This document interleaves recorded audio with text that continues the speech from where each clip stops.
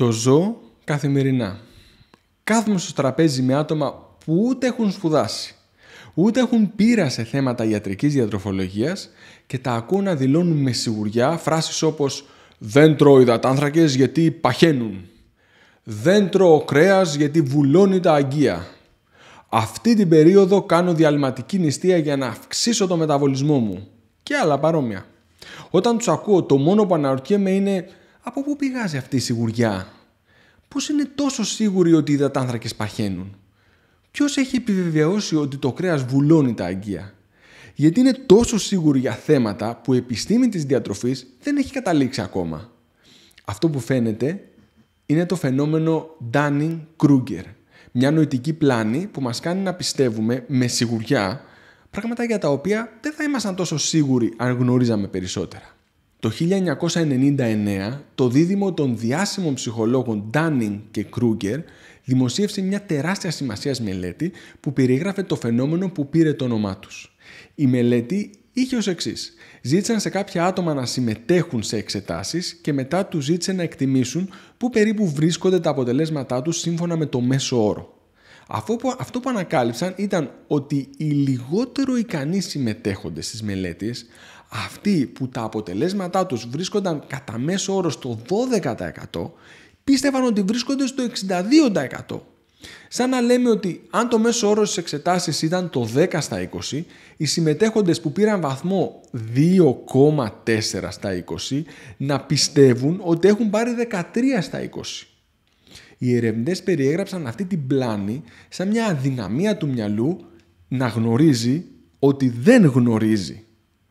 Το φαινόμενο Dunning-Kruger περιγράφεται πάρα πολύ ωραία με μια καμπύλη που δείχνει τη γνώση μας για ένα αντικείμενο και τη σιγουριά που νιώθουμε σχετικά με το πόσο καλά το γνωρίζουμε. Ας πούμε ότι κάποιος δεν γνωρίζει τίποτα για διατροφή. Σε αυτή τη φάση δεν έχει καμιά γνώση για το αντικείμενο και είναι σίγουρος ότι δεν ξέρει. Για κάποιο λόγο αποφασίζει να μπει στο ίντερνετ και να ψάξει να βρει κάποια πράγματα σχετικά με τη διατροφή. Σύντομα οι γνώσεις του αρχίζουν να αυξάνονται, αλλά η αυτοπεποίθησή του αυξάνεται πολύ ταχύτερα σε σχέση με τις γνώσεις του. Φτάνει γρήγορα να νιώθει πολύ υψηλή αυτοπεποίθηση και σιγουριά για αυτά που ξέρει και συχνά γίνεται ευαγγελιστής της διατροφής. Αρχίζει να διδάσκει τις γνώσεις του σε όλους με μεγάλη σιγουριά. Ο Σωκράτης είχε πει «Το μόνο που ξέρω είναι ότι δεν ξέρω». Για τα άτομα όμως που βρίσκονται σε αυτό το σημείο της καμπύλης ισχύει ακριβώς το αντίθετο. Είναι σίγουροι ότι ξέρουν. Συχνά γίνονται ευαγγελιστές αυτού που νομίζουν σωστή διατροφή και το κηρύσσουν σε όλους με πάθος. Μάλιστα συχνά αναρωτιούνται γιατί εμείς που έχουμε σπουδάσει τόσα χρόνια και έχουμε αφιερώσει την επαγγελματική μας ζωή σε αυτό το επιστημονικό αντικείμενο δεν βλέπουμε ξεκάθαρα αυτά που διδάσκουν. Όταν διακριτικά διαφωνούμε με αυτά που λένε, συχνά πιστεύουν ότι μάλλον δεν έχουμε διαβάσει καλά ή ότι ακόμα και παίρνουμε λεφτά από τους άλλους, τους κακούς. Δηλαδή αυτούς που ευαγγελίζονται με πάθος το αντίθετο. Αν όμως επιμείνουν, αν αρχίζουν να διαβάζουν περισσότερα και ακόμα καλύτερα αν αναγκαστούν να αναλάβουν να βοηθήσουν άτομα που τους εμπιστεύονται για να τους καθοδηγήσουν, αρχίζουν να βλέπουν ότι αυτά που πιστεύουν με πάθος δεν δουλεύουν σε όλους. Για το 25χρονο παλικάρι που γυμνάζεται, μπορεί το να κόψει τους υδατάνθρακες να είναι αρκετό για να κάνει σώμα που αξίζει να το βγάζει στο Instagram, αλλά όταν έρχεται η 50χρονη γυναίκα στην κλιμακτήριο και ζητάει καθοδήγηση, καταλαβαίνει ότι αυτό που τη συστήνει να κάνει την παχαίνει αντί να τη βοηθάει να χάσει κιλά. Σε αυτό το σημείο, αν είναι φεδρός, θα επιτεθεί στην καημένη την πελάτησα, κατηγορώντας την ότι του λέει ψέματα ή ότι δεν τηρεί σωστά τις οδηγίες ή κάτι παρόμοιο. Αν όμως δεν είναι τόσο φεδρός, μπορεί να περάσει στη δεύτερη φάση και να καταλάβει ότι οι γνώσεις του τελικά είναι πολύ λίγες και να νιώσει απελπισία. Αν αντέξει τις πολλές αρχικές απογοητεύσεις και συνεχίσει να μελετάει και να εφαρμόζει τις γνώσεις του, μπορεί μετά από πολλά χρόνια να φτάσει στο τρίτο στάδιο. Το στάδιο που ξέρει αρκετά πράγματα ώστε να μπορεί να βοηθήσει, χωρίς όμως να είναι απόλυτα σίγουρος για αυτό που συστήνει.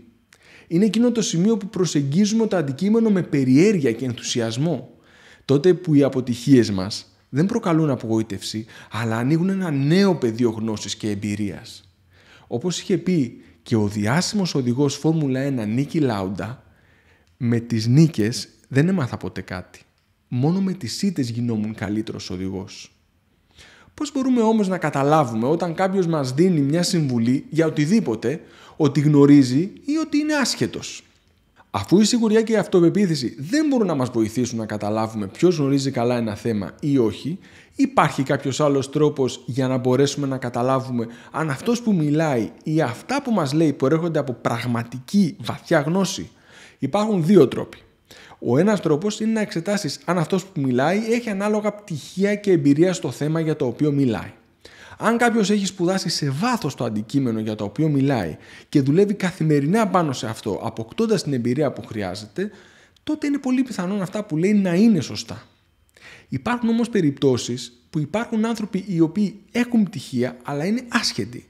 Και περιπτώσεις ανθρώπων που δεν έχουν πτυχία αλλά πραγματικά έχουν βαθιά γνώση σε ένα αντικείμενο γιατί έχουν κάνει μόνοι τους πολύ σημαντική έρευνα. Εκεί τι μπορούμε να κάνουμε? Προσέξτε τον τρόπο που μιλάνε.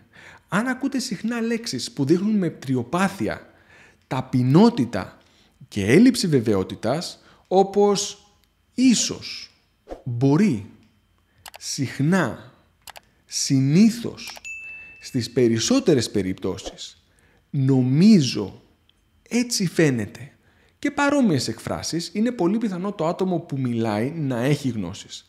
Αντίθετα, αν ακούτε απόλυτες εκφράσεις που δείχνουν σιγουριά και αυτοπεποίθηση, όπως σίγουρα, πάντα, οπωσδήποτε, ποτέ, με τίποτα, δεν υπάρχει περίπτωση, είμαι απόλυτα σίγουρος, τότε είναι πολύ πιθανό το άτομο που τα λέει αυτά να γνωρίζει τόσο λίγα ώστε να μην πρέπει να τον εμπιστευτείτε για αυτό το θέμα.